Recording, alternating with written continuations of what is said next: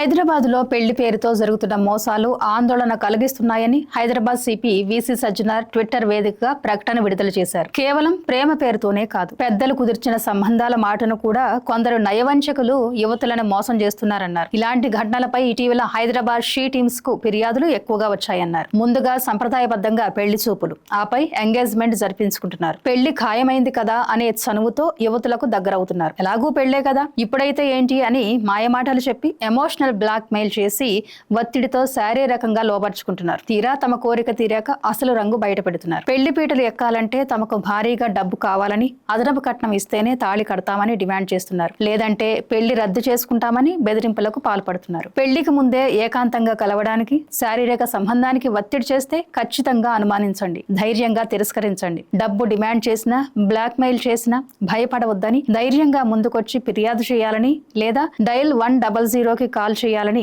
Hyderabad CP Sajjanar సూచించారు.